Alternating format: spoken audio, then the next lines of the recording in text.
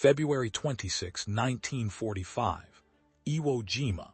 A 19-year-old Marine with no medals, no rank beyond private first class, no reason anyone would remember his name, is about to do something that will break the spine of the most fortified killing ground in the Pacific. 16 fortified positions, 75 enemy dead, 1 bazooka, 2 hours, 1 man. This is not a legend. This is what happened when Hill 382 met Douglas Jacobson. The volcanic ash does not behave like sand. It does not shift cleanly under boots or pack down into stable ground. It collapses. It pulls. Every step forward on the western slope of Hill 382 requires the full strength of a man's thigh just to drag his leg free from the black dust that swallows him to the ankle, sometimes to the knee. The ash is not one substance. It is pumice fragments, obsidian shards, and decomposed lava that has no weight and no structure. When a Marine falls, he does not hit solid earth. He hits nothing. He sinks into powder that fills his nose, his mouth, his eyes. The taste is sulfur and rust. The smell is gunpowder and decay. Private First Class Douglas Jacobson has been on Iwo Jima for 5 days. He is 19 years old. He has never received a medal. He has never been promoted beyond the lowest combat rank in the United States Marine Corps. He is nobody. On the morning of February 26, 1945, at 0900 hours, Company I, 3rd Battalion, 23rd Marines, 4th Marine Division, begins its assault on Hill 382. And Douglas Jacobson is simply one more rifleman in one more squad trying not to die on a slope that has already killed hundreds of men who were stronger, faster, and more experienced than he is. Hill 382 is not particularly tall. It rises only 382 feet above sea level, but height is irrelevant. What matters is what Lieutenant General Tadamichi Kuribayashi has done to it. Kuribayashi is not a fanatic. He is a strategist. He studied at Harvard. He served as a military attaché in the United States. He knows American industrial power. He knows Japan cannot win this war. What he can do is make victory so expensive that the Americans will hesitate before invading the home islands. He has spent 8 months turning Iwo Jima into a subterranean fortress. He has forbidden banzai charges. He has ordered his men to kill 10 Americans each before they die. He has buried his entire army. Hill 382 is the anchor of his system. It is not a hill. It is a weapons platform built from reinforced concrete, steel, and lava rock. The entire structure is hollow. Beneath the surface are 11 miles of tunnels connecting machine gun nests, artillery positions, mortar pits, observation posts, command bunkers, hospitals, ammunition depots, and barracks. Ventilation shafts allow air to circulate. Multiple exits allow defenders to retreat, reposition, and counterattack. Firing ports are designed to interlock. Every approach is covered by overlapping fields of fire. If you destroy one position, 3 others can still kill you. The Japanese have stockpiled ammunition, water, and rice for months. They do not plan to retreat. They plan to die in place, and they plan to take as many Marines with them as possible. American intelligence has failed catastrophically. Planners estimated the island would fall in 5 days. It has been 5 days, and the Marines have barely advanced past the beaches. Mount Suribachi, the volcanic cone on the southern tip, has been taken. The flag has been raised. The photographs have been sent home. But Suribachi was a diversion. The real fortress is here in the north, where Hill 382 anchors a defensive network the Marines are calling the meat grinder. Men are dying in numbers that do not make sense. Entire squads vanish. Tanks burn. Flamethrower teams are killed before they can reach their targets. The Japanese are invisible.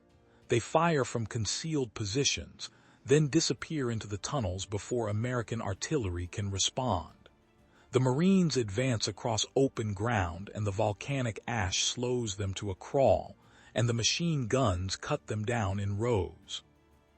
Jacobson is carrying an M1 Garand rifle, 8 clips of ammunition, 2 hand grenades, a canteen that is already half empty, and a combat pack that feels like it weighs twice what it did when he landed. He is dehydrated. Everyone is dehydrated. The island has no fresh water.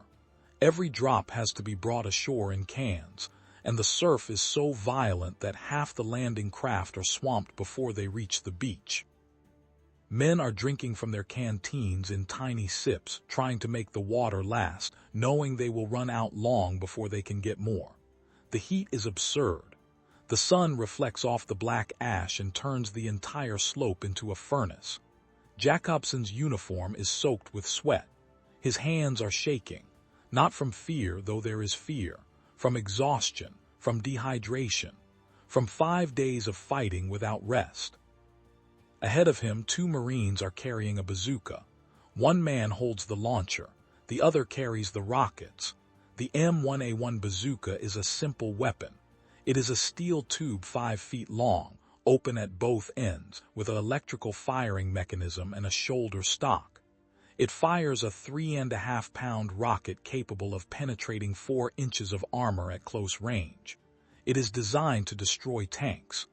On Iwo Jima, it is used to destroy bunkers. The Japanese have built their firing ports low to the ground, sometimes only inches above the ash. A man cannot throw a grenade into a hole that's small from a safe distance. He has to crawl close, and when he crawls close, he dies. The bazooka allows Marines to attack fortified positions from 100 yards away. It is not accurate. The rocket tumbles in flight, but at close range it does not need to be accurate. It just needs to hit concrete. The 2 men with the bazooka are advancing ahead of the main line. They are trying to reach a Japanese position that is holding up the entire assault. It is a 20mm anti-aircraft gun, repurposed for ground combat. The Japanese have done this across the island. They have taken anti-aircraft cannons designed to shoot down American planes and mounted them in concrete bunkers where they can fire horizontally across the slope. A 20mm shell is not large, but it is large enough. It can punch through sandbags, it can destroy a jeep, it can cut a man in half. The gun is firing in short, controlled bursts. The sound is distinct, not the rapid chatter of a machine gun, but a slower, heavier rhythm. Thump, thump, thump. Each round explodes on impact. The 2 Marines with the bazooka are trying to flank the position, moving laterally across the slope, staying low, using whatever cover they can find. There is no cover. The Japanese have cleared the slope of vegetation. Every boulder has been mapped. Every depression has been registered for mortar fire. The 2 Marines are crawling through ash, and the anti-aircraft gun adjusts its aim and the shells begin walking toward them. The first round hits 10 yards to their left. The second hits 5 yards closer. The third round is a direct hit. Jacobson does not see the bodies. He sees the impact. He sees the bazooka still intact, lying in the ash 30 yards ahead. He sees the rockets scattered in a loose pile nearby. He understands the situation immediately. Without that anti-aircraft gun destroyed, the assault will fail. Someone has to retrieve the bazooka. Someone has to destroy that gun. The officers are shouting for volunteers. No one is moving. No one wants to die. Jacobson moves. He does not think about it. If he thinks about it, he will not do it. He drops his rifle. He leaves his pack.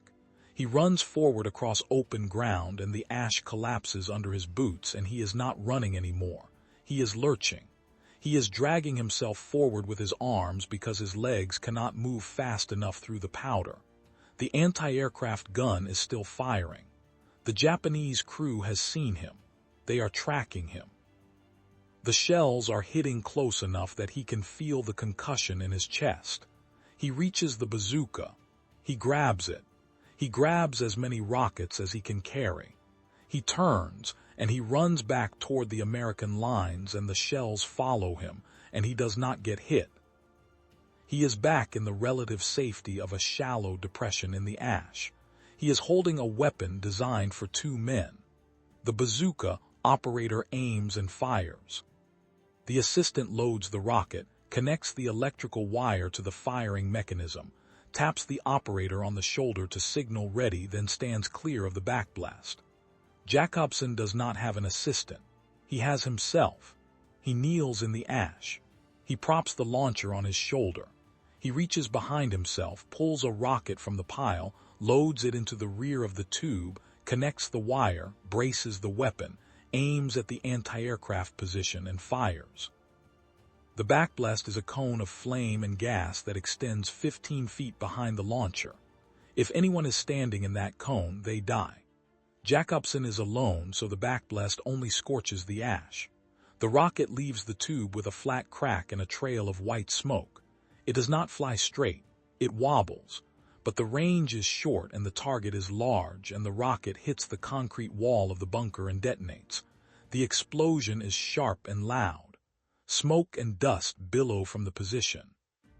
The anti-aircraft gun stops firing. Jacobson does not know if he destroyed the gun or only suppressed it. He loads another rocket. He fires again. This time the rocket goes through the firing port. The bunker erupts from the inside. Secondary explosions follow as ammunition cooks off. The anti-aircraft gun is gone. The crew is dead. The Marines around Jacobson are staring at him. He has just done what a 2-man team could not do. He has destroyed a fortified position, alone, with a weapon he was never trained to use solo. The officers are shouting for the assault to continue. The line begins to move forward.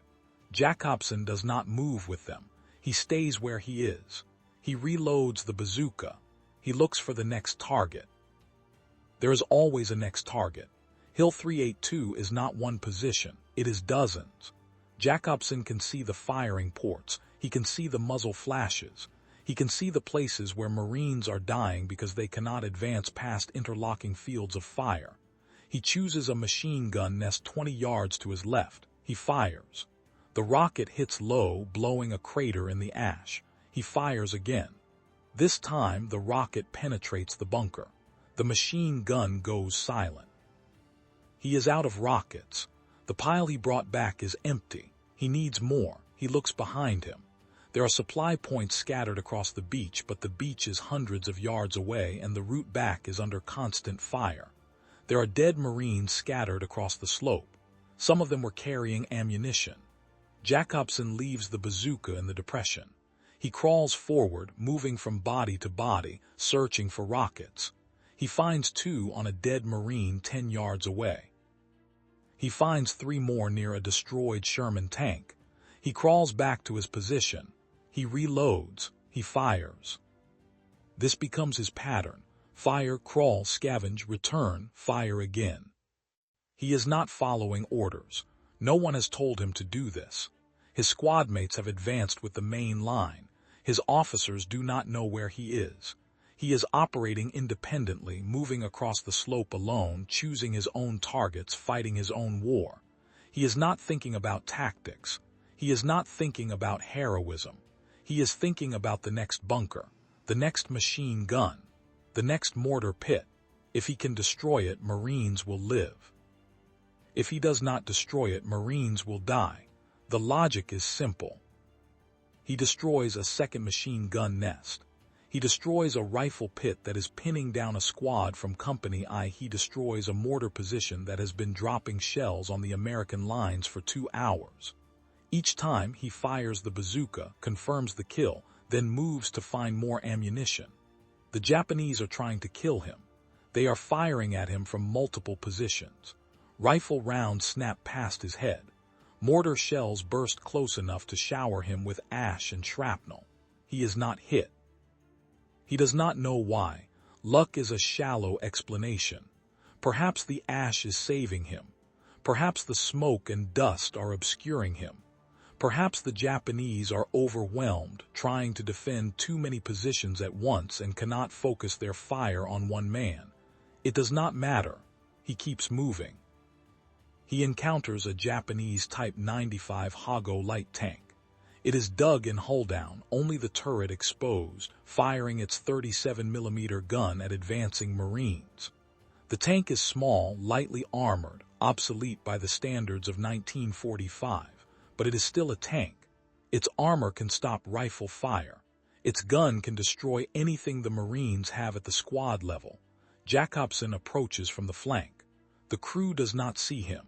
He fires the bazooka at the turret. The rocket hits and detonates, but the tank does not explode. The turret is jammed. The crew is still alive, trying to open the hatches.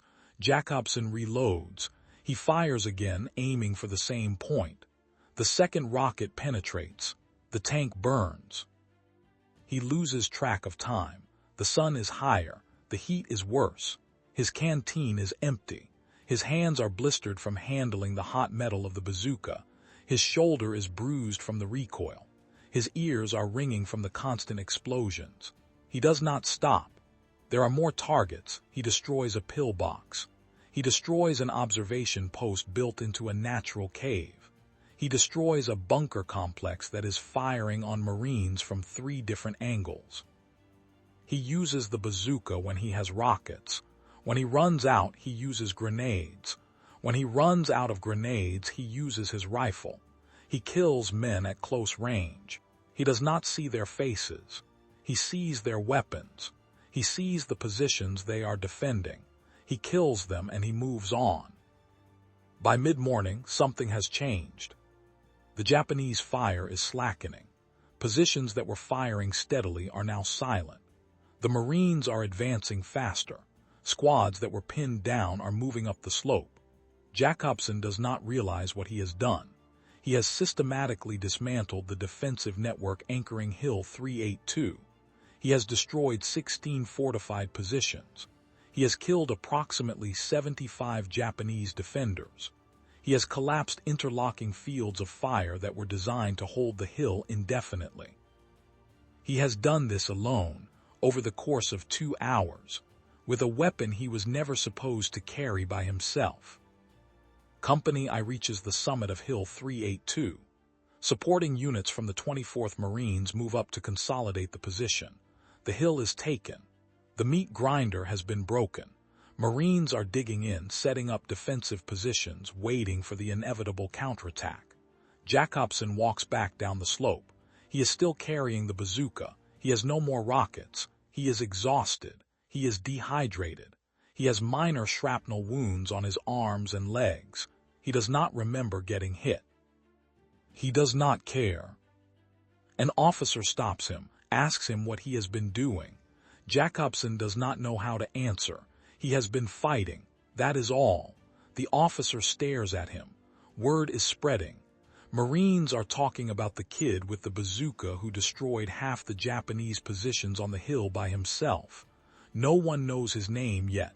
They will. The Battle of Iwo Jima will continue for another month. 36 days of fighting. 26,000 American casualties. 7,000 dead. Nearly all 22,000 Japanese defenders will die. Iwo Jima will become one of the bloodiest battles in Marine Corps history. The island will be secured on March 26. The airfields will be operational by April. B-29 Superfortress bombers, damaged over Japan, will use Iwo Jima as an emergency landing site. Thousands of American airmen will survive because of this island. The strategic value will justify the cost, but the men who fought on the slopes of Hill 382 will never forget the price. Douglas Jacobson will be awarded the Medal of Honor. The citation will describe his actions in clinical terms: destroyed 16 positions, killed 75 enemy personnel, enabled the capture of Hill 382. President Harry Truman will place the medal around his neck on October 5, 1945, in a ceremony at the White House. Jacobson will stand at attention, silent, uncomfortable with the attention. He will not feel like a hero. He will feel like a survivor. He will re-enlist after the war. He will attend officer candidate school despite never finishing high school. The Marine Corps will grant him a waiver. They do not often grant waivers. They grant one for Jacobson. He will serve as an officer for 20 years. He will retire as a major. He will live quietly.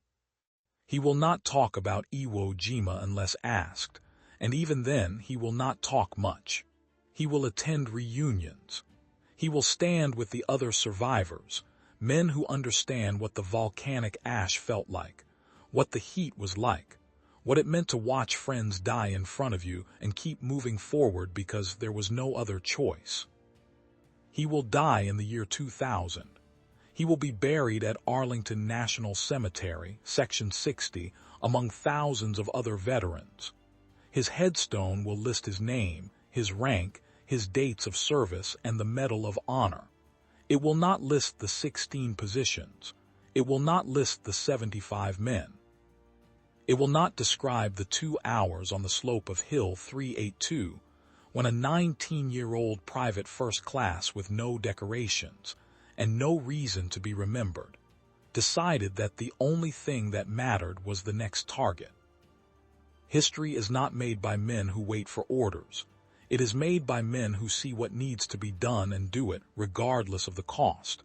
Douglas Jacobson did not set out to be a hero. He set out to destroy an anti-aircraft gun.